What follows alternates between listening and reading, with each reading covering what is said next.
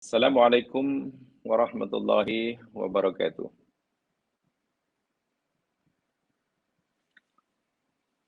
Alhamdulillah, wassalatu wassalamu ala rasulillah, wa ala alihi wa ashabihi wa mawalah.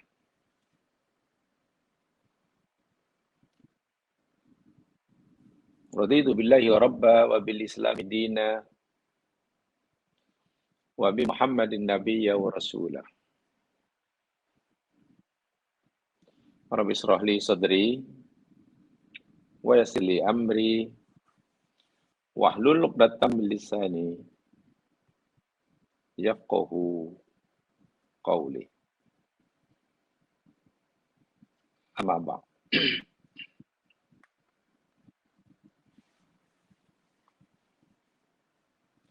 Muslimin muslimat yang dirahmati Allah sekalian, langsung saja kita meneruskan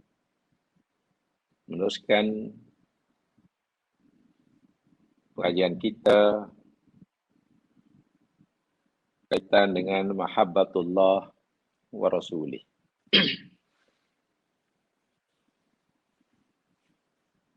Saya persilakan pada jamaah sekalian yang ada nota, ada buku. Buka bukunya muka surat 26. 26, 27, dan seterusnya.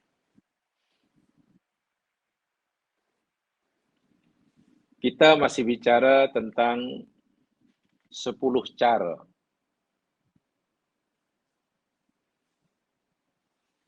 untuk kita membolehkan kita mendapatkan cinta Allah pada kita.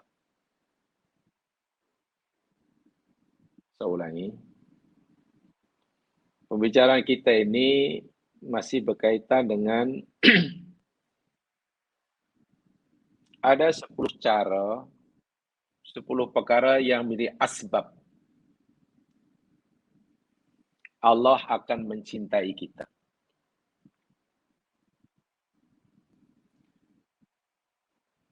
Menurut Ibnul Qayyim Al-Jauziyah. Jadi Ibnul Qayyim menyimpulkan, tentulah dengan kajian yang mendalam oleh beliau terhadap nas-nas Al-Quran dan hadis-hadis Nabi. Jadi daripada kajian beliau terhadap sumber-sumber agama, beliau menyimpulkan ada 10 perkara yang menjadi asbab Allah akan mencintai kita. Ini karena 10 perkara tersebut juga menjadi bukti nyata, bukti yang benar lagi jujur, serta ikhlas kecintaan seorang hamba kepada penciptanya. Itu yang kita akan sambung pelajarannya. Dan yang terakhir yang kita pelajari, yakni muka surat 26 itu huruf G, poin G, A, B, C, D, E, F, G, yang ketujuh. Asbab yang ketujuh bagi membolehkan kita melihat cinta Allah. Di situ disebutkan yakni cinta Allah dan Rasul-Nya melebihi daripada segala-galanya. Itu yang kita pelajari terakhir, yang sebagiannya telah sama-sama kita jelaskan. Dalam bahasa Arabnya, antuk tira mahabahu ala mahabik inda ghalabatil hawa. Mendahulukan cinta kita kepadanya, ya Allah maksudnya, dengan mengkemudiankan, bahkan mengorbankan cinta kita kepada selainnya. Ini tidak mudah, karena seseorang hamba perlu melawan hawa nafsunya. Perlu melawan musuh yang datang dari dirinya sendiri. Apa dia? Al-hawa. Ayatnya telah kita bacakan,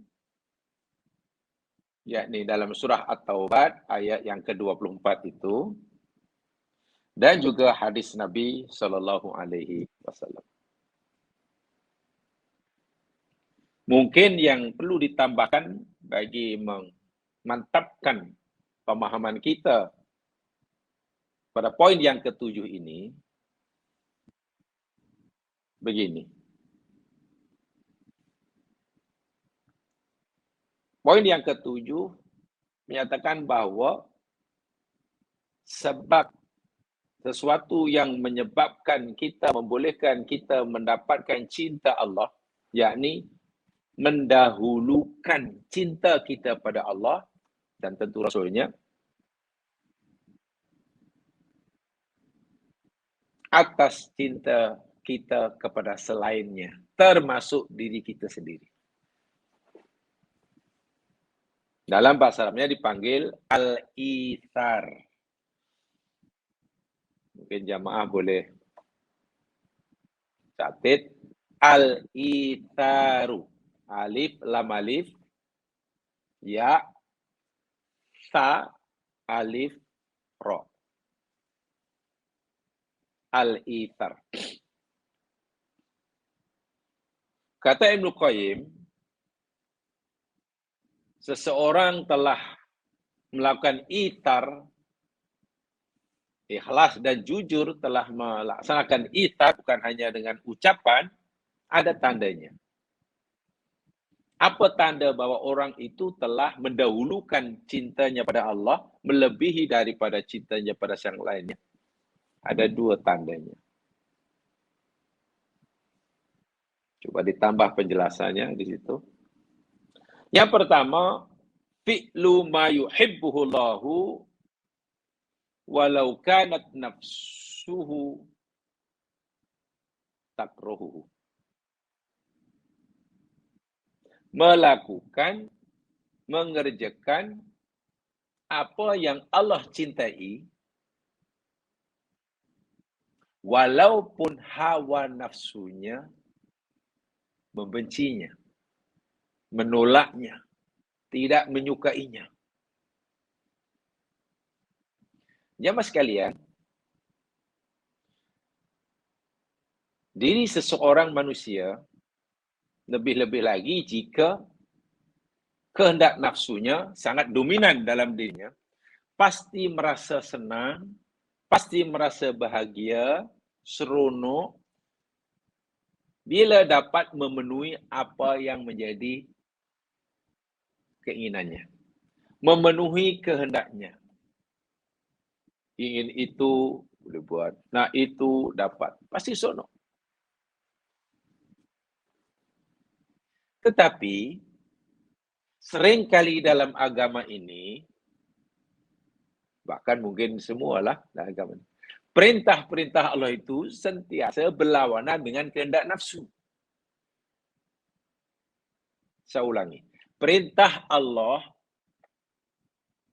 selalu berlawanan dengan kehendak nafsu. Larangan Allah demikian juga. Sentiasa bercanggah dengan kehendak nafsu. Walaupun perintah Allah yang mesti kita lakukan, larangan Allah yang mesti kita tinggalkan, itu selari dengan fitrah. Hati nurani, selari. Tapi dengan tuntutan hawa nafsu, bercanggah. Nah, dalam hal inilah kata Ibnu Qayyim, jika seseorang melakukan apa yang Allah cintai, walaupun terpaksa menafikan, menolak tuntutan hawa nafsunya. Nafsunya membencinya. Tapi karena cintanya pada Allah, dia melakukan apa yang Allah cintai. Atau meninggalkan tarkuma yakrahullahu, meninggalkan apa yang Allah benci, walau kana nafsuhu tuhibbuhu. Walaupun hawa nafsunya menyukai benda itu. Allah kata, aku tak suka, wahai hambaku, kamu buat ini. Allah kata, aku tak suka, kata Allah. Nafsu kita kata, I suka. Ini yang paling aku sukai. Mana yang nak dilakukan? Kalau ikut hawa nafsu, ya kita akan buat. Dan kita pun rasa puas. Lebih tepatnya, hawa nafsu kita puas karena kita manjakan. Tapi, bila kita memuaskan hawa nafsu kita mengorbankan cinta kita pada Allah. Sebenarnya kalau kita lebih mencintai Allah, buat sajalah apa yang Allah suruh, tinggal sajalah apa yang Allah benci. Walaupun hawa nafsu meronta-ronta. Inilah ithar. Memang tidak mudah. Tapi justru dengan diciptakannya kehendak hawa nafsu yang sentiasa bercanggah berlawanan dengan kehendak Allah, itulah yang membolehkan kita nanti naik makom yang lebih tinggi, melebihi daripada malaikat. Betul, malaikat itu makhluk yang taat kepada Allah. Apa yang Allah suruh buat, dibuatnya. Yaf'aluna ma yu'marun, Al-Quran kata. Malaikat ini sentiasa buat apa saja yang Allah perintahkan. Tanpa soal. Betul. Menyucikan, memuji. Tetapi kepatuhan malaikat pada Allah, kalau boleh kita katakan, cinta malaikat pada Allah, tidak perlu bermujahadah. Tidak perlu ada pengorbanan. Pengorbanan apa? Dia tidak perlu melawan hawa nafsunya. Karena memang tidak diberi hawa nafsu. Jadi tenang sajalah.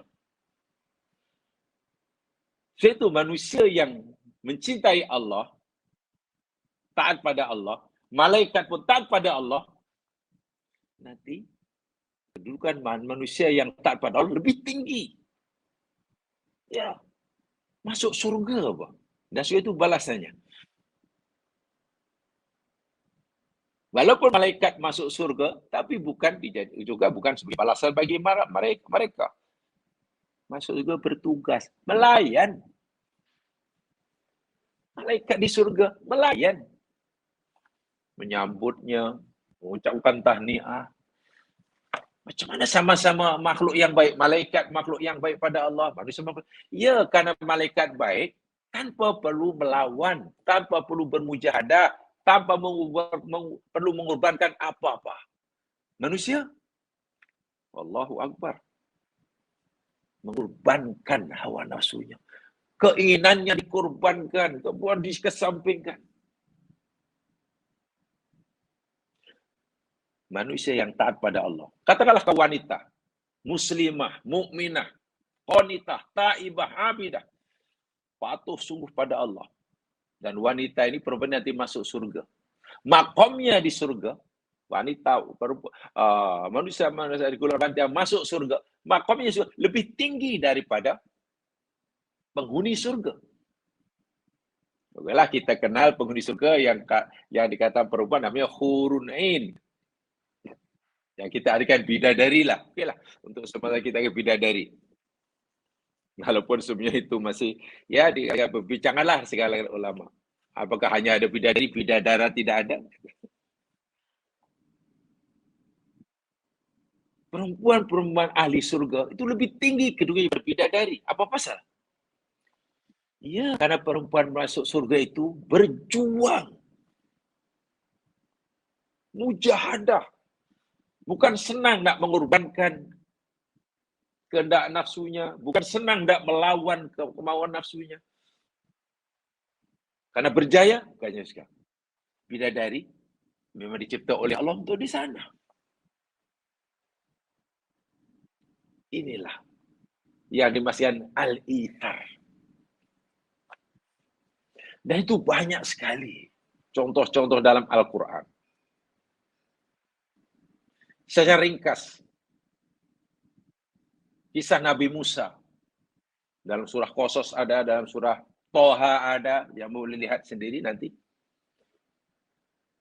Ketika dalam perjalanan balik daripada Madian ke Mesir, setelah 10 tahun meninggalkan Mesir, balik ke Mesir bersama keluarganya, karena sudah berkeluarga, dan membawalah sejumlah binatang ternak. Gitu ya. Sesampainya di kaki Tursina dipanggil oleh Allah. Ringkas kata, nampak api karena sejuk, gelap, bingung. Nampak api, Musa dekati api ya. Api itu api yang dalam fikiran Nabi Musa waktu itu api untuk memanaskan badan, untuk berdiam. Dalam fikiran Nabi Musa, bila sudah ada api, maknanya ada orang. Bolehlah kita menginap satu malam ke apa. Itu api dunia. Sesampai di kaki Tursina, api dunia tak didapati. Api tidak ada. Memang. Sebenarnya Musa menemukan yang mencipta api. Coba pahami betul-betul ini. Musa datang ke Tursina, di Palestina, itu nak mencari keperluan hidup. Api itu keperluan hidup. Sesampainya di kaki Tursina, tidak didapati keperluan hidup, sebaliknya Musa berjaya berjumpa dengan tujuan hidupnya. Berjumpa Allah. Lalu berlakulah dialog. Allah bercakap dengan Musa tanpa kan. Asik sekali itu munajat Musa.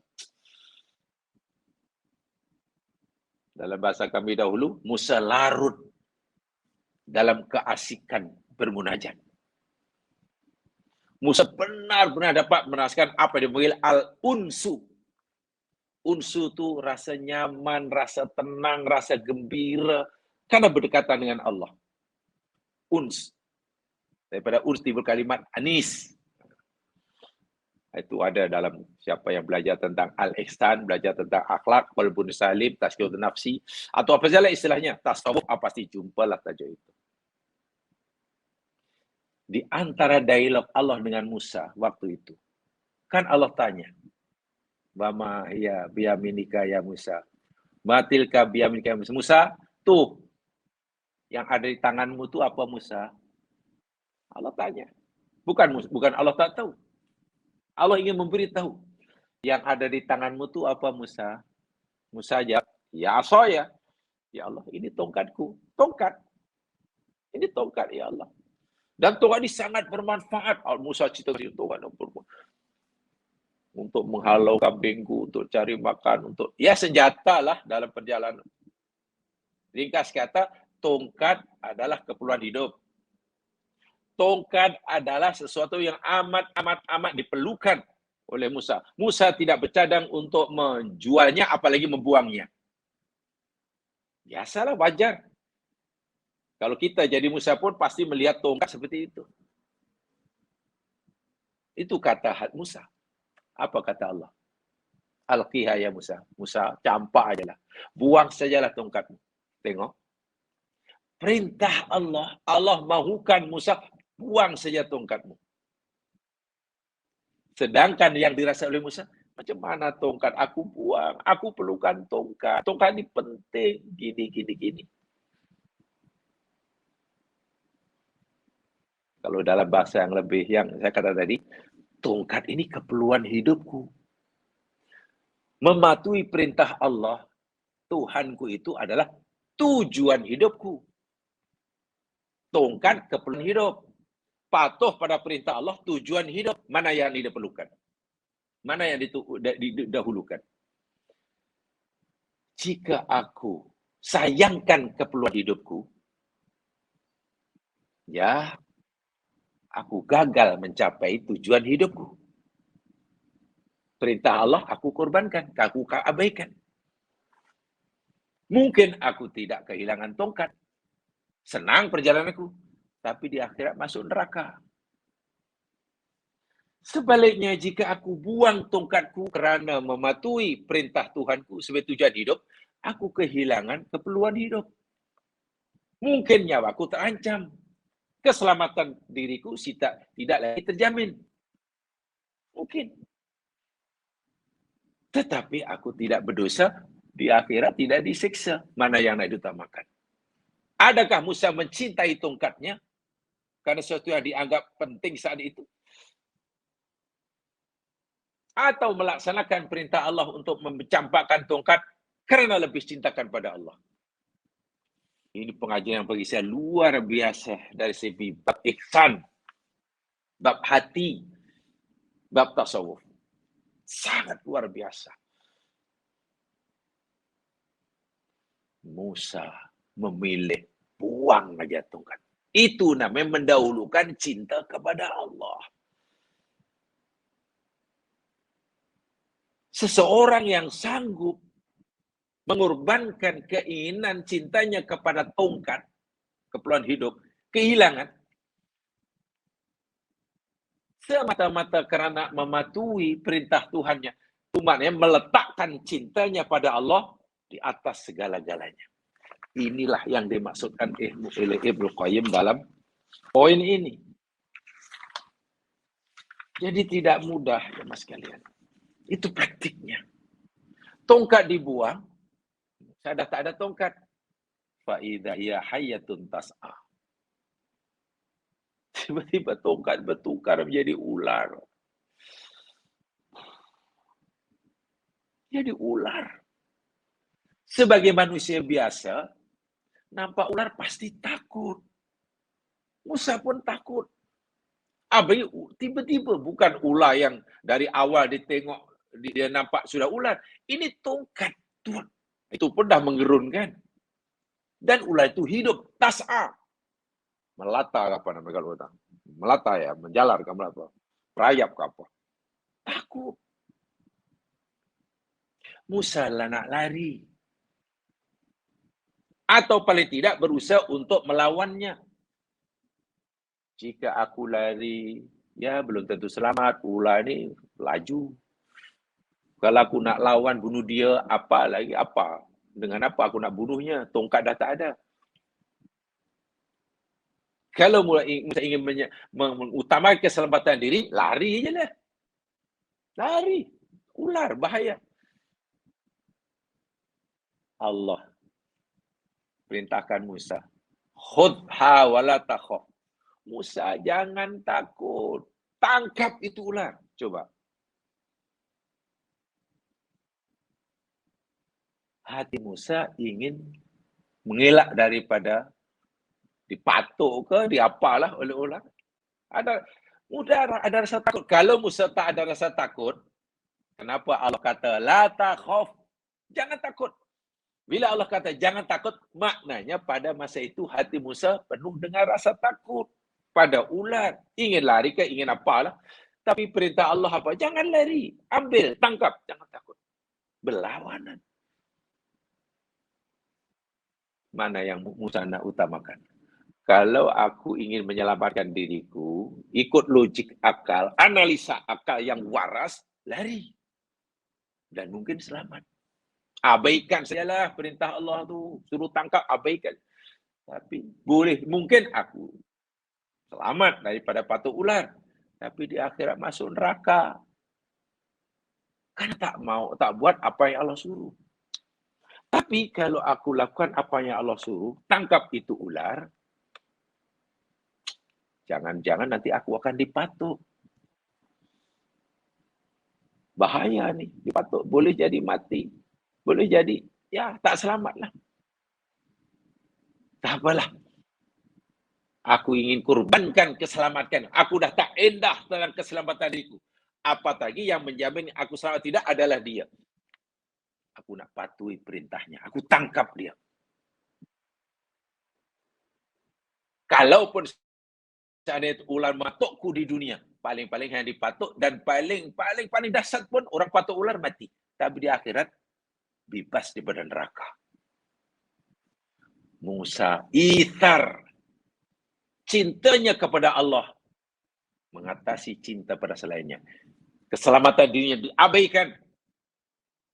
Apa yang akan berlaku yang dipikirkan untuk membuat perhitungan akal, itu semua tidak penting. Ithar tuh. Tadi mencuit, campak. Rupanya ini ujiannya, Mas Gilan. Selepas Musa tangkap tongkat, adakah tangkap ular? Adakah Musa dipatuk? Tidak. Sebaliknya, tongkat ular menjadi tongkat semula. Sanu'iduha siratahal ula. Quran kata surat Toha. Kami kembalikan ular itu menjadi keadaan semula. Asal tongkat jadi tongkat. Masya Allah. Inilah ujian. Kesimpulannya apa? Patuh kepada perintah Allah. Buat apa yang Allah suruh. Walaupun hati kita protes. Nafsu kita protes. Tinggal saja apa yang Allah suruh. Walaupun hati, nafsu tak puas hati. Buat saja. Walaupun kita berfikir rugi sekian. Apa yang kita andaikan nanti akan berlaku bla bla. Tidak akan berlaku. Itu hanya andaian. Yang pasti, Allah tidak akan menjerumuskan hambanya, mencelakakan hambanya dengan perintahnya dan larangannya.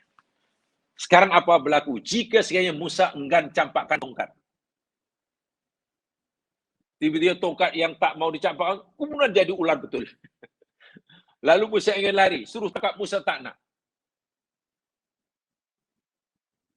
Bukan sekadar dosa ya mas kalian. Dosa itu sudah jelas lah. Ada azabnya bila tidak bertaubat. Musa tidak tahu hikmah di sebalik perintah yang bercanggah dengan hawa nafsu. Musa tidak akan mengetahui hikmah kebaikan bagi dirinya di sebalik percanggahan antara larangan Allah dengan keinginan hawa nafsu. Sampai bila-bila tidak, kalau jika hanya penuh nanti apa jadi kalau buat ini. Jikalau andai kata, itu tidak perlu ada. Itu namanya ithar. Dan itu banyak contoh-contoh seperti itu ya mas sekalian dalam kisah para nabi. Dan lain sebagainya. Saya yakin semua telah belajar Riyadhus Shalihin kan. Mungkin ada yang masih sedang belajar. Taklim ini pun, ya saya tahu mungkin ada yang mengajar Riyadhus Shalihin.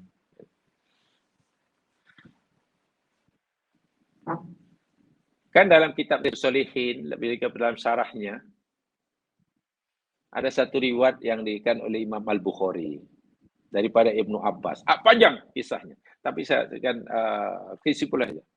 Kisah Nabi Ibrahim ketika meninggalkan istri dan bayinya di tanah Gersang di Makkah. Ibrahim tinggal di Palestina. Panjang kisahnya. Ya, Ibrahim itu Hajar dan Ismail yang masih bayi. Lalu tinggalkanlah sedikit bekalan makanan tamar. Wada'a indahuma jiraban fihi tamrun dalam matannya. Ibrahim meletakkan di sisi keduanya ini, istri dan anaknya, bekas yang di situ ada tamar sebagai makanan. Wasiqan fihima, dan juga bekas air. Tapi tak tahulah tahan berapa lama. Bekalan tamar untuk dimakan, bekalan air untuk diminum, tak tahu tahan berapa lama. Sebab Ibrahim pun tak tahu. Allah perintahkan tinggalkan istri anak di situ berapa lama? 1 jam, 2 jam, 1 hari, 2 hari, 1 tahun. Tahu. Jadi nampaknya bekalan itu, itu makofa Ibrahim mutalikan, lalu Ibrahim pergi. Tinggalkan itu Hajar dan bayinya.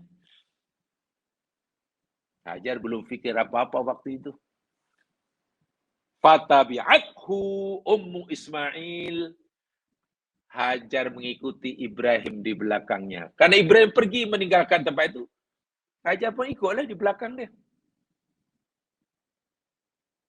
Faqalat, dan Hajar bertanya pada Ibrahim yang meninggalkannya. Ya Ibrahim, aina tadhhab? Ibrahim, engkau nak pergi ke mana? Wa tatrukuna bihadzal wadi alladhi laysa fihi anis wala syai'.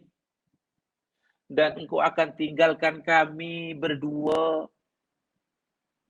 aku, istrimu, dan Ismail, putra satu-satunya, putramu satu-satunya yang masih bayi. Di lembah yang di sini tak ada orang. Ya, kalau dalam bahasa tak ada kemudahan langsung. Orang tak ada, rumah tak ada, jiran tak ada, tempat macam ini kau nak pergi mana? Dan kau tinggalkan dua tempat macam ini.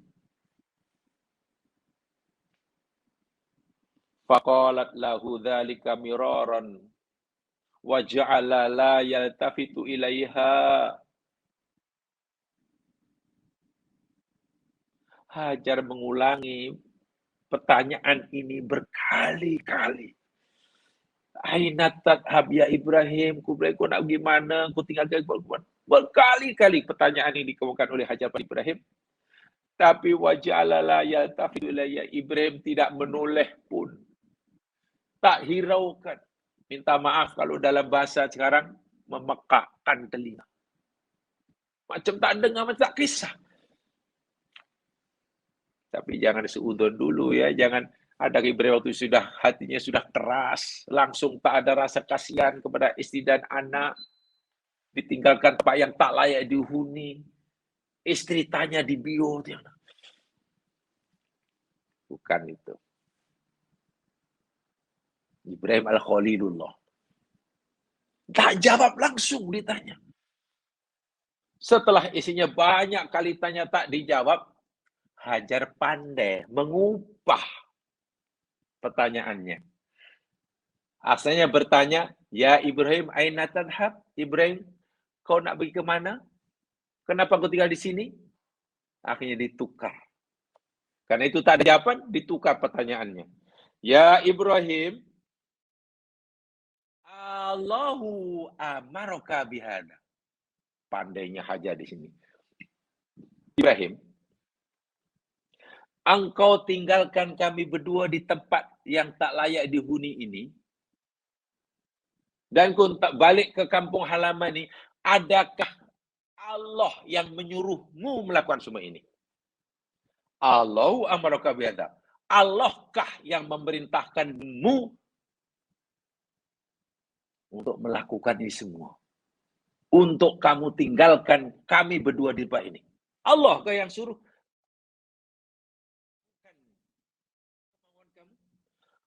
Ini Ibrahim baru merespon pertanyaan itu. Ibrahim toleh istrinya. Lalu jawab, na'am. Sepatah aja. Na'am. Ya. Tak tanya apa sebab, tak tanya apa kenapa Allah suruh, kenapa Ibrahim jawab, na'am. Luar biasa Hajar alaihissalam yang masih. Setelah mendapatkan jawaban, oh rupanya bukan kehendak suamiku. Mana ada suami yang sampai hati meninggalkan istri kesayangannya di tempat yang tak layak dihuni. Mana ada bapa yang sampai hati meninggalkan bayinya di tempat yang tak layak dihuni. Kalau begitu ini bukan kemauan Ibrahim suamiku, ini bukan kemauan Ibrahim ayah kepada anaknya, kepada Ismail. Rupanya Allah yang suruh. Hajar paham. Ibrahim kata, ya, Allah yang suruh. Selepas Hajar tahu, paham, karena ini perintah Allah, bukan kemauan Ibrahim. Yalah, kalau kemauan Ibrahim, tentu Ibrahim tidak begitu. Apa jawaban Hajar ya masih? Qalat,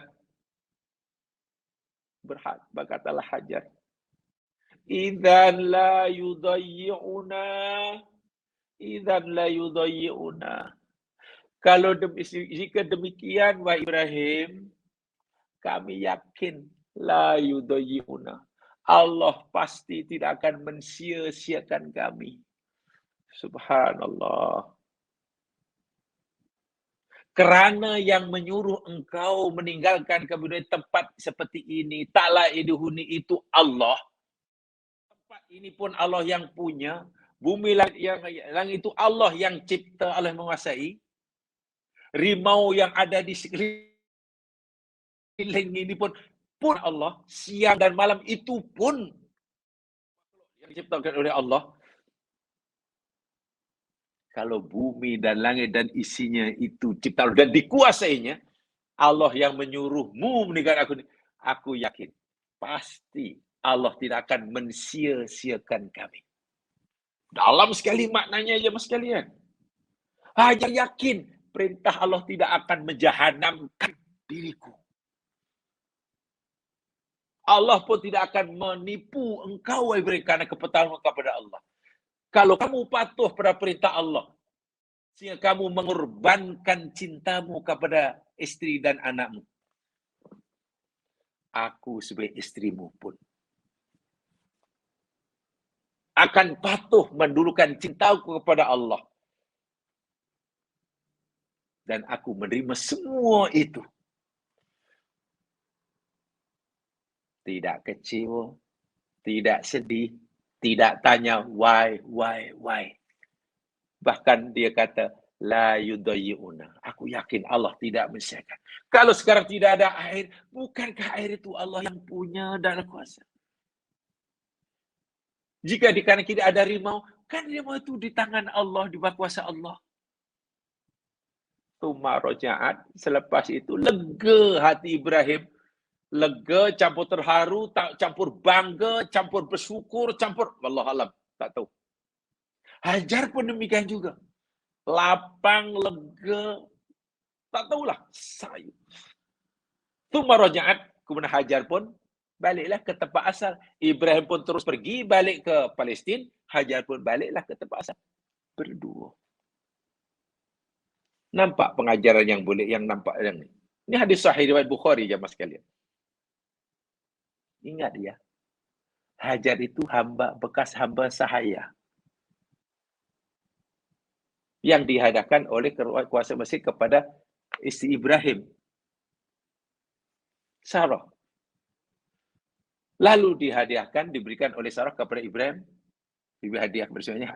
Kemudian dikawini oleh Ibrahim. Hamba abdi. Okey, kalau kita bicara sekarang lah, dalam ukuran orang sekarang, seberapa tinggi akannya harga diri hamba abdi? Yang mungkin tak punya harga diri.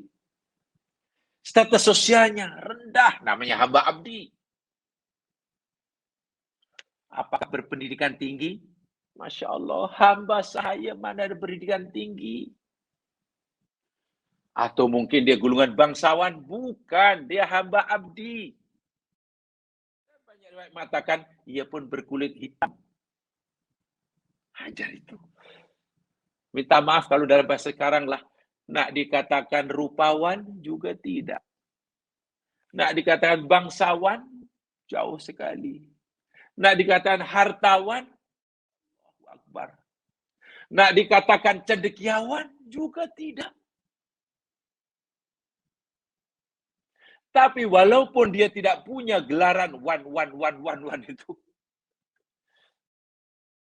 bila hatinya sudah dipenuhi rasa cinta kepada yang Maha Mencipta, apapun yang dikendakinya berlaku atas dirinya, idzan la yudayyi'una. Orang seperti ini apakah kita panggil bodoh atau pandai? Paling pandai. Orang seperti ini paling rugi atau paling beruntung? Paling beruntung. Coba kita bercermin kepada orang-orang seperti ini. Saya suka highlightkan ya Mas. Setiap hari raya kurban biasanya orang akan tonjolkan ketukan Ibrahim, menyembelih Ismail, kisah. Jarang sekali diceritakan, di-highlightkan ketokohan keteladanan Hajar yang luar biasa ini. Ya Nabi Ibrahim Khalilullah, Nabi Hajar. Kalau dikatakan berapa lama Nabi Ibrahim mendidik ya. Kan belum lama kawin, kemudian punya anak, kemudian Allah suruh, ya belum lama lah Ibrahim mendapat didikan daripada suaminya. Tapi dari mana? Tengok ya Mas kan. Kalau mahabbah itu sudah lekat dalam hati Allah, yang lain itu tiba-tiba menjadi Allah. Tadilah title-title yang biasanya, minta maaf, yang biasanya menjadi ukuran. Dipertimbangkan dah, diambil kira lah. Wah, dia rupawan, dia hartawan, dia ada kuasa, dia cendekiawan, dia yang biasanya, status sosial tinggi, pengikutnya orang. Jadi siapa? Untuk ukuran hari ini. Itulah namanya al-unsu. Hajar, karena dia telah ithar, mendahulukan perintah Allah atas perintah siapa saja. Kehendak Allah melebihi daripada kehendak siapa saja. Cintanya pada Allah telah didahulukan sehingga mengorbankan cintanya pada selainnya. Itu nama ithar. Maka Hajar sebenarnya telah berada pada makom yang dipanggil al-unsu. Al-unsu itu tadilah. Orang yang dipanggil anis. Apa itu? Istibsyarul qalbi. Wa farahuhu bimutala'ati jamalil haqq. Itu uns. Bergembiranya hati. Seronoknya jiwa. Lapangnya dada. Gembiralah. Karena dapat melihat, merasakan kemuliaan Allah, keagungan Allah, kasih sayang Allah. Kok sayangnya? Bila segala kecantikan, keindahan, kesempurnaan Allah itu sudah dapat bukan hanya dimengerti ya, dirasakan. Orang berdamping istilahnya dengan Allah. Kurbah lah bahasa Arabnya. Rasanya cukup tenang. Tak ada rasa kegelisahan, nyaman, tentram, senang. Tak ada. Ditinggal suami boleh tenang. Tak ada kemudahan asa boleh tenang. Kenapa? Idan la yudayyun Allah. Bukankah sikap yang diambil oleh Hajar dalam hal inilah Ibrahim tentunya, Ismail juga tentunya, bukti bahwa Hajar punya ketulusan, keikhlasan, mahabbah kepada Allah. Jawabannya iya. Karena ketulusan cintanya kepada Allah itulah Hajar juga berhak mendapatkan balasan cinta daripada Allah. Inilah cara mendapatkannya. Adanya dalam hati. Ini yang perlu kita tingkatkan. Boleh jadi kita sudah sembahyang fardu, sudah sembahyang sunat. Sudah puasa fardu, puasa sunat. Sudah zikir, sudah wirid. Sudah baca Quran, sudah belajar. Maknanya amal solihah az-zahirah. Alhamdulillah. Tapi mari kita muhasabah. Adakah amalan zahir yang kita dah buat banyak ini sudah memberikan kesan dampak yang mendalam, berakar, tunjang dalam jiwa kita sehingga melahirkan al-unsu. Dikarenakan kita sentiasa ithar. Kalau belum, ya mari kita tingkatkanlah. Sebab di situ nanti penilaian Allah terhadap kita. Ini hambaku ni memang patuh ni, tapi nampaknya patuhnya lain ni. Macam tak selesa berdekatan denganku. Wah, nampaknya hambaku ini rajin solat dia. Wah, selepas bincang tentang solat, belajar tentang solat, bahkan seminar tentang solat. Wah, hebat nampaknya. Tapi dengan solatnya macam tak ada rasa unsu dengan aku. Tak mesra dengan hatinya lain ini. Coba, kalau seperti itu yang berlaku dalam hidup. Ya, kita mengakui. Kita masih perlu riadah, mujahadah untuk itu. Dan itu kewajiban kita nafsi-nafsi. Percayalah. Saya ulangi lagi sekali.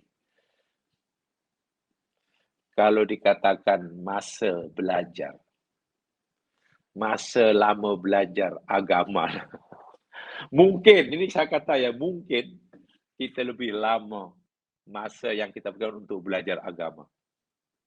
Belajar itu, belajar ini, belajar itu. Berbanding Hajar alaihi salam. Ayalah kan. Macam mana bersama itu? Mungkin ada yang beralasan, yalah patutlah dia isteri Nabi. Apalah itu alasan aja. Mungkin kita boleh hujah itu. Nabi Musa di mana belajar agama? Ya, menjadi menantu Nabi lah. Nabi Shu'aib mungkin pernah berusrah dengan Nabi Shu'aib. Tapi balik ke Mesir, saya manusia biasa. Ada istri, ada anak bekerja. Itu saya macam biasa.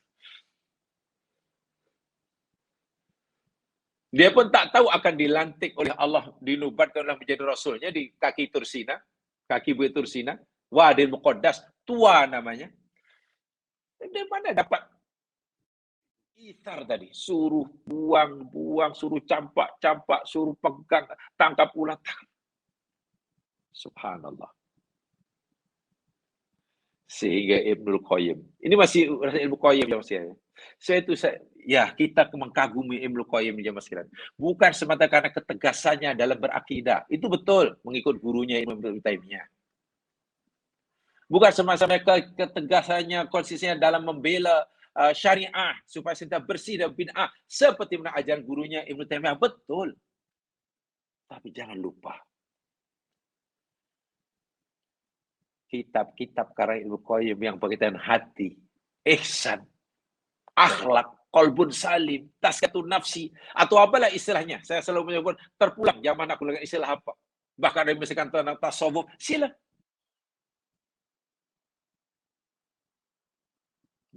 Walaupun kadang ada orang agak berat nak sebut tasawuf ya, sebab inilah bagi saya kena adil lah. Dalam bab akidah, belajar akidah ada yang sesat jemaah sekalian. Kan ada akidah yang sesat. Akan hanya karena ada orang yang berfahaman akidah sesat, lalu kita tak mau belajar akidah. Dalam syariah ada aliran yang sesat dalam bab syariah.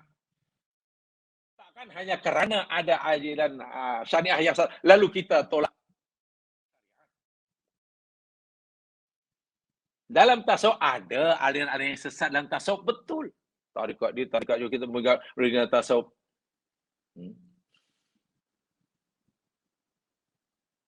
Ada sufi itu, sufi ini. Ada. Takkan hanya kerana ada aliran-aliran yang sesat, lalu kita tolak apa itu at-tasawuf. Dahulu kita pelajari ya, tasawuf sunni, tasawuf ini. Saya lebih selesa sebenarnya, sebab itu lebih tepat. Bahkan ada yang melihat Ibnu Qayyim Az-Jani ini seorang ulama yang lengkap, yang sempurna. Ahli akidah, ahli syariah, ahli tasawuf katanya. Sebab dalam buku beliau yang satu ini, dan dalam buku yang lainnya banyak juga. Isinya semuanya di bagian bab akhlak, bab hati. Contoh ketika beliau kata begini. Inna sururul qalbi billahi wa farhi wa farahihi bihi wa qurratil aini bihi ladzatun la yusbihuha syai'un min na'imid dunya battah. Coba pahami betul-betul ucapan Ibnu Qayyim ini. Bila sedang bicara akidahkah, sedang bicara syariahkah, atau sedang bicara tentang hati. Inna surural qalbi wa fadhi. Sesungguhnya kebahagiaan, kesenangan, apa ya? Hati. Sesungguhnya kebahagiaan, kesenangan, keceriaan hati seseorang. Billahi, kerana Allah. Wa qurratil aini bihi, dan juga ya berbunga-bunga hati. Kemesraan, kemesraan bergaul dengan Allah. Maaf kalau bahasa kalimat saya salah, kemesraan bergaul dengan Allah. Sebab mungkin nanti ada, boleh ke kita guna kemesraan bergaul dengan Allah? Saya tidak bicara tentang saya bicara hati je. Iaitu anggap itu sebagai bahasa kita itu je lah. So, macam mana? Takkan bergaul dengan Allah ni macam mana? Takkan Allah macam manusia. Lalu ada mesra pula. Macam mana masa bermesraan dengan Allah? Walaupun bergaduh mana lawannya. Ya, mungkin tidak tepat karena kita tidak mempunyai kalimat yang tepat. Mungkin. Ya, al-unsu kalau dalam bahasa Arab. Sesungguhnya hati yang bahagia, tenang, harmoni, rasa mesra, seronok. Berdamping, berdekatan, bergaul dengan Allah. Buat suruhannya seronok, tinggalannya seronok. Tak ada rasa terpaksa, bahkan rasa kurang. La yusbihuha syai'un min na'imid dunyal battah. Ini kata Ibnu Qayyim. Tidak ada sedikit pun nikmat dunia dan isinya yang dapat menyerupainya. Maknanya kenikmatan dunia dan isinya yang sehebat ini ada bandingannya. Sikit pun dengan kenikmatan yang diperoleh seseorang dengan sebab tuh uns billah. Walaisa lahu nadhirun yuqasu bih. Dan tak ada teori, tak ada perkara yang boleh dikiaskan, disamakan dengannya. Bahkan beliau mengatakan, orang yang sudah seperti itu, Hajar tadi, idan tak merasa sepi. Karena tahu Allah tidak mensia-siakan kami. Walaupun kami berdua, taklah kami tak berdua, kami bertiga. Dan yang tiga itu, Allah tu segala-galanya. Dia berada di bumi ciptaannya. Dia menghirup udara ciptaannya. Dia dapat lihat malam hari ciptaannya. Dia dapat berjalan-jalan nampak dengan mata ciptaannya. Rasa keseorangan. Pasti merasa ramai. Minta maaf, saya pinjam istilah Dr. Hamka ketika mengajar tasawuf moden. Nah, Buya Hamka pun gunakan istilah tasawuf. Bahkan ada pelik, tasawuf moden. Supaya mungkin istilah itu boleh diterima oleh masyarakat kota zaman sekarang. Orang yang seperti itu, kata beliau, hidupnya akan merasa ramai dalam keseorangan. Merasa kaya dalam kemiskinan. Merasa bahagia dalam penderitaan. Wah, itu luar biasa. Kalau dasar itu kaitannya dengan rasa. Dan itu yang dirasakan oleh Hajar. Merasa ramai dalam keseorangan. Merasa kaya dalam sebab kekurangan. Bayangkan. Bila orang sudah sampai seperti itu, apa kata Ibnu Qayyim? Wa wahalun min ahwalil jannah. Ibnu Qayyim ya. Wa wahalun min ahwalil jannah. Keadaan yang seperti itu, yang dapat dirasai seperti itu, seperti oleh Hajar tadi, itulah salah satu sebagian dari keadaan-keadaan yang ada di surga. Kalau boleh gunakan bahasa yang lebih mudah difahami, dia sudah berada dalam bayang-bayang surga. Atau mungkin dia sudah masuk surga sebelum masuk surga yang sebenar. Orang lain melihatnya menderita. Allah, kasihannya lah. Dahlah seorang perempuan, hamba pula, membesarkan bayinya seorang diri di tempat yang panas siang harinya. Sejuk malam harinya, tak ada orang, tak ada kemudian, kasihan sungguhlah. Macam mana lah nak tenang, nak rela tidur. Mungkin dari segi zahir, kalau kita menonton, maaf katalah sudah ada video katalah. Kata waktu itu sudah ada video kamera. Lalu direkam. Kehidupan Hajar ketika Ibrahim meninggalkannya, katanya ada rekaman. Lalu masuk YouTube. Katalah ada video lah. Kemudian kita tidak diberitahu siapa dalam video itu. Lalu kita menonton dalam YouTube. Apa agak komen ramai orang? Kalau ditanya, adakah tuan-tuan dan puan-puan yang baru menyaksikan video dalam YouTube itu ada keinginan untuk mengalami nasib seperti perempuan ini? Ya dia tak nak, itu siapa? Menderita. Saya itu mungkin itulah orang, mungkin komentar kita. Tak nak, mana hidup macam tu? Bukan sehari dua, bertahun-tahun macam tu. Tak tahulah nak apa nasib dia macam tu. Kejam sungguh suaminya. Mungkin. Komentar kita mungkin begitu.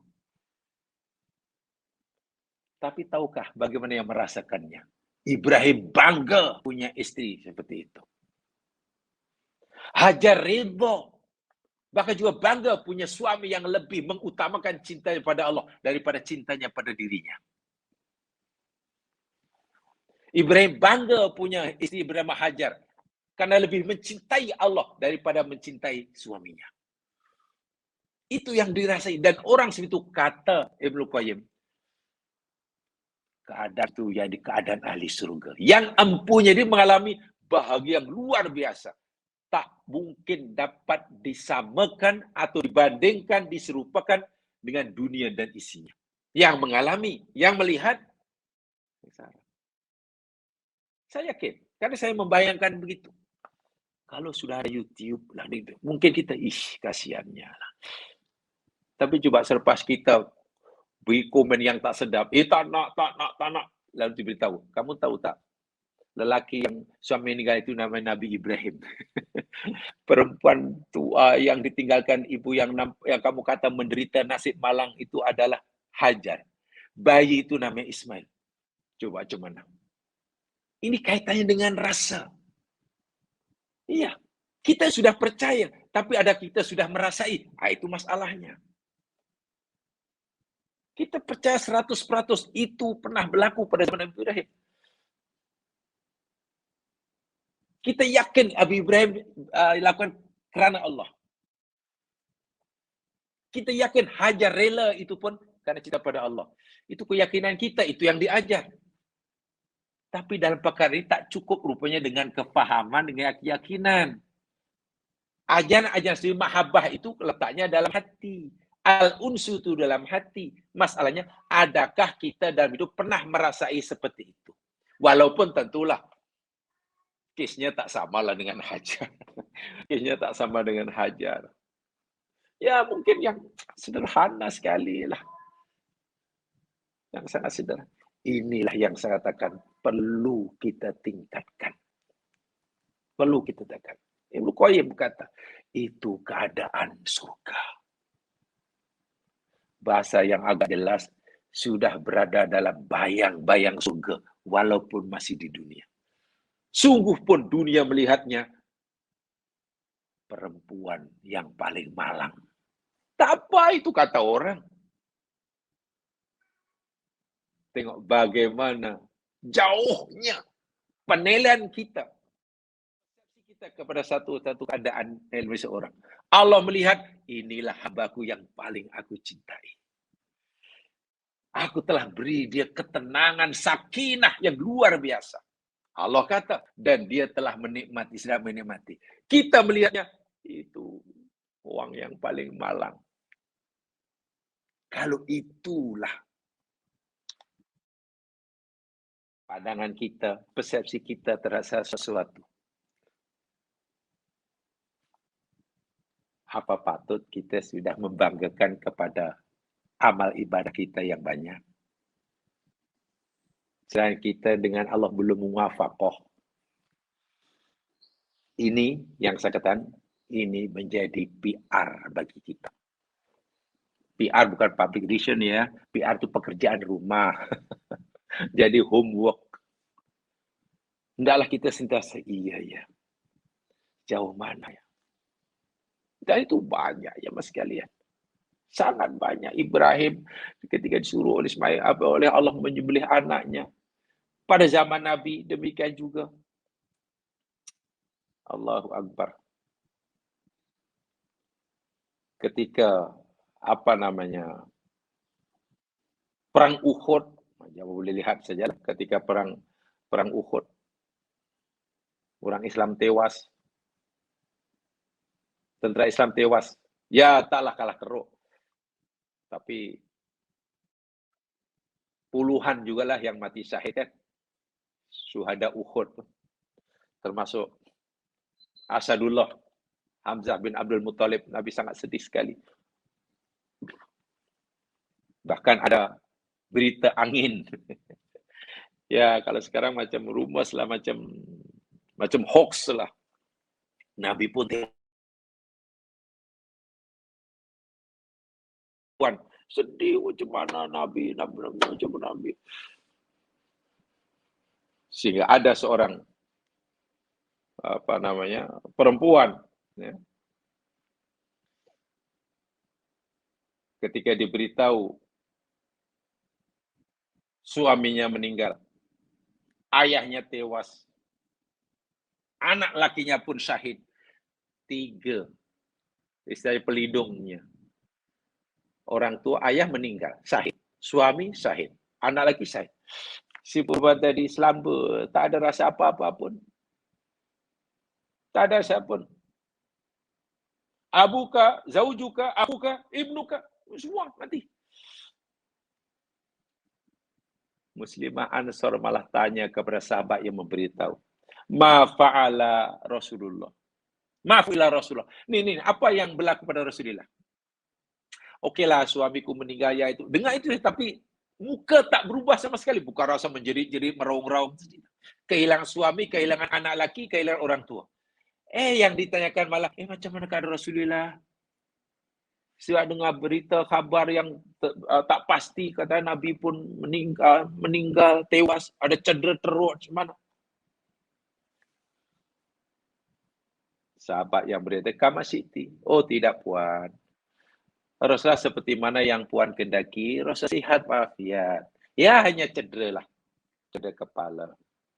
Tak puas hati yang masalah perempuan ini. Tak buat hati. Aruni hatta anzur ilaih. Saya tidak bermaksud mendustakan ucapan tuan-tuan. Tapi hati saya belum lega, belum selesa, belum tenang. Selagi saya sendiri belum melihat keadaan Rasulullah. Aruni. Tolonglah bawa diriku. Jumpa Rasulullah. Perlihatkan olehmu akan Rasul kepada diriku. Andur ilah, supaya aku boleh melihat. Kalau aku lihat sendiri nanti baru aku yakin seyakin-yakinnya. Kalau dengan berita yang tuan-tuan, ya aku baru yakin ilmu yakin lah. Ilmu yakin. Tapi aku ingin mendapat hakul yakin atau ainul yakin. Bawa perempuan ini jumpa Rasulullah. Jumpa. Fa'usyira laha hatta idza ra'atu. Nih Rasulullah. Puan nampak bagaimana Rasulullah? Sihat kan? Oh, sihat. Cerdas sikit. Mukanya berubah berseri-seri. Lalu si perempuan ini berkata, Ya Rasulullah, kullu musibatin ba'da jalal ay saghirah. Ya Rasulullah, selepas aku melihat keadaanmu sihat walafiat, jangankan meninggal, cedera berat pun tidak. Hati ini lega ya Rasul. Sehingga kelegaan, ketenangan hati ini setelah melihat engkau sehat ya Rasulullah, segala musibah yang menimpa diriku. Suamiku tewas syahid. Anak lelakiku tewas syahid. Bapaku tewas syahid. Bagiku, aku kehilangan 3 pelindungku di dunia ini. Hidup sehari-hari. Jalal. Sogirah. Kecil. Bagiku kecil. Sekarang aku tidak punya siapa yang akan jadi pelindungku. Ayah sudah tidak ada, anak kita ada, bagi itu, itu benda kecil musibah itu. Selepas aku melihat. Dari mana perempuan menganggap musibah yang bagi orang lain mungkin terduduk. Jangankan sampai 3 pelindungnya meninggal serta baru mungkin dia mati, anaknya pun terduduk. Dia mati suaminya terduduk. Ini 3 serentak. Bagi, itu kecil Rasul. Selepas aku melihat engkau, tenang rasanya. Bukan itu karena cintanya pada Rasulullah. Ketenangan hati berdamping dengan Rasulullah itu melebihi daripada ketenangan bagian hatinya berdamping dengan suami, anak, dan sehingga kehilangan 3 orang ini baginya jauh lebih kecil, benda yang remeh berbandingkan dengan Rasulullah. Mungkin dia akan terduduk dan menangis berpanjangan jika sekiranya yang tewas Rasulullah, walaupun anak lakinya, suaminya, bapaknya. Itu sahabat, bukan Nabi. Bukan istri Nabi. Ya mau boleh lihatlah itu dalam kitab Sirah Ibnu Hisham ada, Al-Bidayah wa Nihayah Ibnu Katsir pun ada kisah itu. Daripada Sa'id bin Abi Waqqas. Jadi Allahu Akbar. Cinta-cinta yang seperti inilah yang apa istilahnya ya. Saya ulang sekali, ia bukan teori. Dia bukan hanya perlu dipercayai. Kita yang wajib terus berusaha mendapatkannya. Al-unsu billah. Rasa nyaman, tentram, selesa, bahagia, seronok, lapang berdamping dengan Allah. Mematuhi perintahnya, dia tuh sangat-sangat puas. Mengorbankan cinta pada selainnya itu benda yang biasa. Semata-mata karena cintanya pada Allah. Dan itu bukan hanya boleh dipelajari dengan baca buku, bukan. Diamalkan.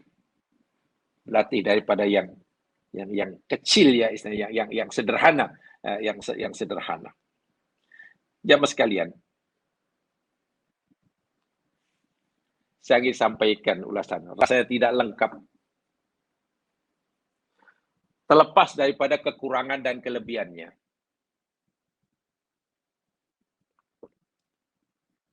Terlepas daripada apa yang kita setujui dan apa yang kita tidak setujui.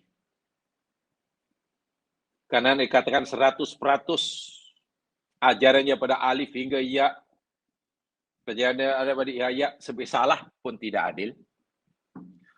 Nak meyakini perjalanan dan ucapannya ajaran pada alif hingga ya satu betul pun juga tidak adil sebab bukan Nabi. Jadi kita ambil yang baiknya. Ada seorang tokoh sufi yang saya katakan tadi ya, masih dipetikkan oleh banyak ulama hadis. Jamaah mungkin pernah dengar Jalaluddin Ar-Rumi namanya.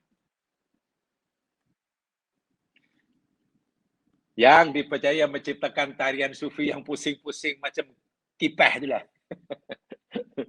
Yang macam mana tu? Yang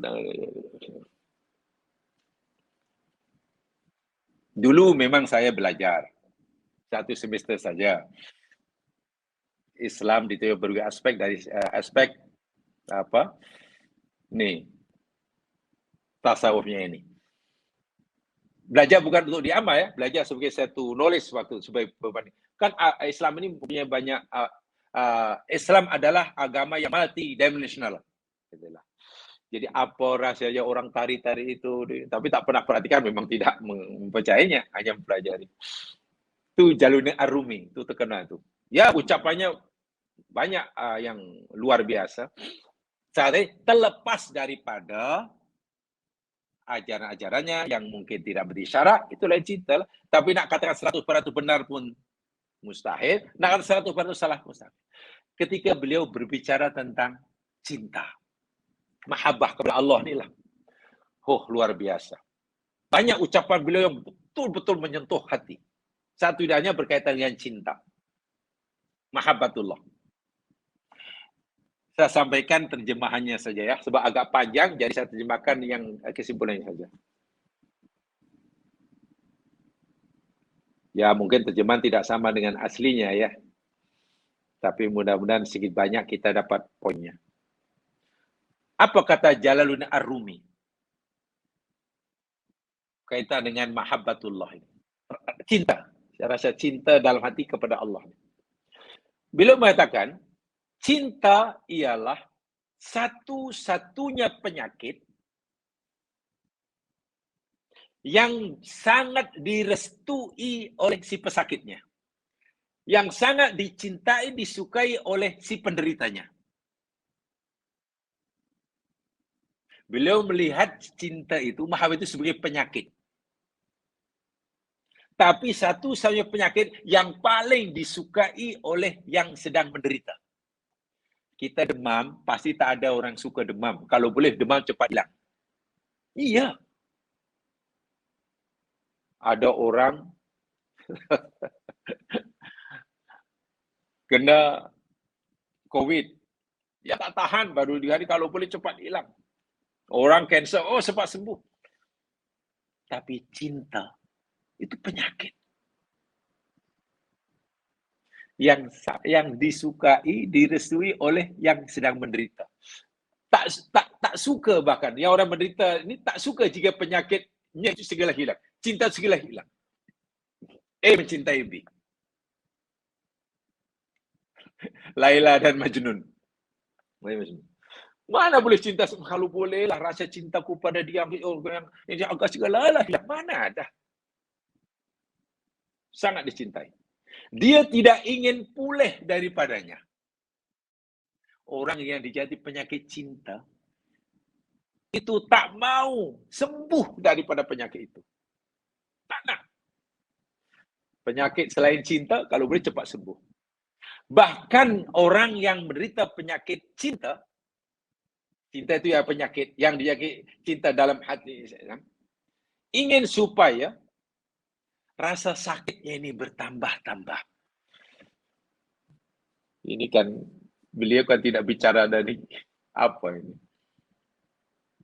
Orang yang dijangkiti penyakit cinta bukan inginkan penyakit itu segera lenyap, hilang, bahkan ingin supaya rasa sakit itu bertambah. Cinta bertambah. Itu kepada sama manusia ya, apatah lagi hamba kepada Allah. So itu kalau orang sudah ada benih-benih cinta pada Allah, itu udah dia tak mau.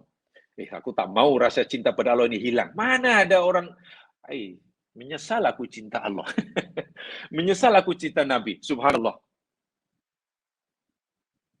Dia seronok. Dia ridha. Dia tak mau sembuh. Kalau perlu, rasa cinta itu makin bertambah-tambah. Semua orang yang sakit ingin segera dipulihkan dan disembuhkan. Betul. Semua orang yang menderita sakit pasti ingin segera dipulihkan dan disembuhkan. Betul. Tetapi pesakit cinta sentiasa menangis. Menangis sambil merayu-rayu agar ditambahkan penyakitnya. Ini bahasa sufi ya Mas Kiran. Ini bukan bahasa, ini bahasa orang yang tenggelam dalam cinta.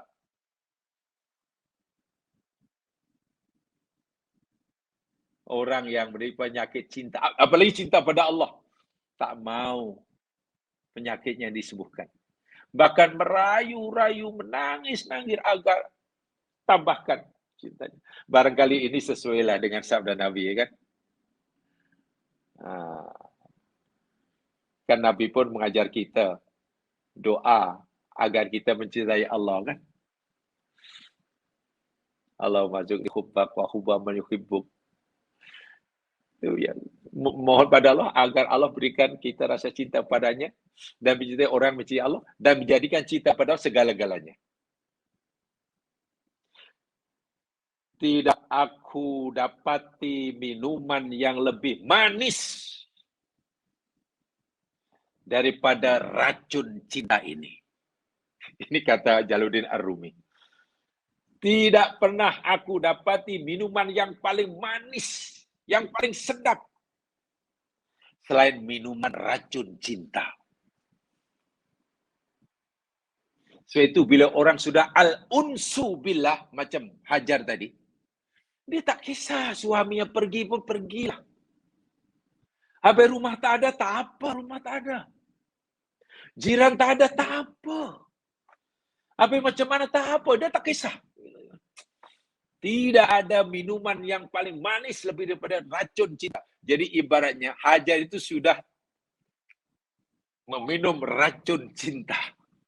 Dalam bahasa, kalau ikut bahasa Ibnu Qayyim, al-unsu tadi. Dapat kenyamanan, kemesraan, keharmonian. Berdampingan dengan Allah. Dan tiada kesehatan yang lebih nyaman. Tiada kesehatan yang lebih selesa daripada penyakit ini. Sehat mata memang seronok. Sehat telinga seronok. Badan sehat seronok. Jantung sehat seronok. Bahagia. Tapi kata Jalaluddin Ar-Rumi, tubuh, badan, segala organ sehat itu memang seronok. Tapi keseronokannya, tingkat kebaikannya belum seberapa. Dibanding daripada penyakit ini. Jadi orang yang paling bahagia, kata Jalaluddin Ar-Rumi, jadi orang yang dijangkiti penyakit mahabbah. Orang yang sengsara memanglah dijangkiti penyakit. Penyakit jantung, penyakit mata, penyakit lelah, penyakit hati. Memanglah, kalau itu semua sakit, sengsara kita. Tapi ada penyakit yang bila menyerang seseorang, justru itulah orang yang paling bahagia. Dan itulah orang yang paling sehat. Apa nama penyakit itu? Mahabbatullah. Saya baca ini Allahu Akbar. Jauh kita. Ya, masih jauh ya Mas kan. Jauh sekali lah. Karena macam mana ya nak kata ini. Sebab memang tidak mudah untuk percaya makom yang seperti itu. Kecuali lagi sekali, itu adalah dengan mujahadah. Dengan mujahadah, dengan riyadhah yang terakhir yang saya sampaikan ya Mas Kelan. Tapi yang terakhir ini yakni dari Ibnu Abbas, ini dalam kitab Al-Fawaid wa Zuhdu wa Raqaiq, ya dikarang oleh Imam Al-Khalidi. Ini kitab sirah lah, akhlak. Tetapi diberi komentar oleh Imam Al-Iraqi, seorang muhadis. Beliau memberi komentar kepada kisah ini, dikata la ajidu fihi isnadan. Aku tidak mendapati ada sanadnya. Jadi saya jelaskan kedudukannya ya. Jadi kata Imam Al-Iraqi berkomentar, aku tak temukan sanadnya. Tapi kisah itu sangat populer di dalam kitab-kitab Fawaid dan Zuhdi. Disangka kepada Ibnu Abbas, sekarang oleh Khalidi. Jadi sekadar perbandingan sajalah. Ya. Jadi kisahnya ketika Nabi Ibrahim nak dicabut nyawanya oleh malakul maut. Atas perintah Allah. Kata Nabi Ibrahim, Ra'aita khalilan yakbitu ruha khalilah. Wahai malaikat, pernahkah kamu nampak seorang kekasih ingin mengambil nyawa kekasihnya? Maksudnya Allah lah. Diprotes, Nabi Ibrahim protes pada malakul maut. Wahai malakul maut, pernah kamu melihat seorang kekasih ingin mencabut nyawa kekasihnya? Allah itu kasih Ibrahim. Ibrahim itu kasih Allah. Mana mungkin Allah nak mencabut nyawa aku? Tak puas hati nak dia cabut nyawanya. Lalu malakul maut pun apa lagi? Report kepada Allah. Ibrahim tak mau, ya Allah, dicabut nyawanya. Karena dia kata gini. Lalu Allah kata, malakul kau pergi je lagi jumpa Ibrahim. Bagi tahu pada Ibrahim. Ya Ibrahim, ara'aita khalilan yakrahu liqa khalilih? Ibrahim, kamu pernah tak melihat seorang kekasih tapi tak mau jumpa dengan kekasihnya? Kan mati itu mana jumpa Allah. Kalau kamu betul-betul cinta Allah dan kamu mengakui Allah itu kekasihmu, sepatutnya kamu rindu nak jumpa dia. Bukan malah tak mau, bukan malah menolak untuk jumpa Allah. Kamu pernah melihat ada seorang kekasih tak mau jumpa kekasihnya? Lalu Ibrahim kalah hujah. Dia kata, "Fakbit ruhi." Kalau itu cabut jalan nyawaku. Lagi-lagi kitab ini ada dalam kitab Zawaid Wasudi Waraqai dikarang oleh Akhridi, disanadkan Banu Abbas, tetapi menurut ulama ahli hadis namanya Imam Al-Iraqi, belum beri komentar, la ajidu fi sanadan. Aku tidak temukan sanadnya. Hanya sebagai pelengkap saja. Yang pasti kisah Nabi Ibrahim, kisah Hajar, kisah Musa, kisah sahabat Nabi itu memadailah bagi kita. Bagaimana bila orang sudah al-uns karena ithar pada Allah sehingga dia dianugerahkan Allah mahabbah yang luar biasa. Baginya selainnya itu menjadi kosong, menjadi ya tidak beratlah untuk mereka kurbankan cintanya pada selain Allah bila orang sudah dijangkiti penyakit mahabbatullah. Bahkan mahabbatullah, kata Jalil Arumi, itu penyakit yang membahagiakan. Si penderitanya tak mau sembuh. Bahkan mohon agar ditambahkan lagi penyakitnya. Mudah-mudahan ini bermanfaat bagi saya yang masih jauh daripada sempurna dalam perkara ini. Karena tentulah seiring dengan berjalan usia dan beragama ini, marilah kita lebih bijak mengutamakan afdoliyah. Terlalu banyak yang kita perlu pelajari, jemaah sekalian. Tapi dari sekian banyak yang perlu kita pelajari karena masa nampaknya makin disuntuk kan. Masa kita makin suntuk. Maka pandai-pandailah cari mana ada yang lebih utama untuk kita dahulukan. Memang baik, semua kalau boleh kita pelajari, tapi memandangkan peluang, kesempatan makin sempit. Kena pandai-pandailah mana pilih yang afdoliyah. Mana yang kurang? Oh, ini saya kurang. Ya ditambah. Oh, ini nampaknya sudah cukup. Tak tahu pun tak apa. Tahu, alhamdulillah. Tak tahu pun tak apa. Kalau ilmu itu seperti itu, ya elok kita manfaatkan waktu untuk melakukan atau memahami perkara yang kita rugi bila tak tahu. Itu maksud saya. Itu ya, mudah-mudahan diberkati oleh Allah. Wallahu a'lam bishawab. Wallahu muwaffiq ila aqwamit thoriq. Subhanakallahumma bihamdika asyhadu an la ilaha illa anta astaghfiruka wa atubu ilaik. A'udzu billahi minasy asr innal insana fi khusr illa alladziina aamanu wa shalihat tawassaw bil haqq wa tawassaw bis sabr. Assalamualaikum warahmatullahi wabarakatuh.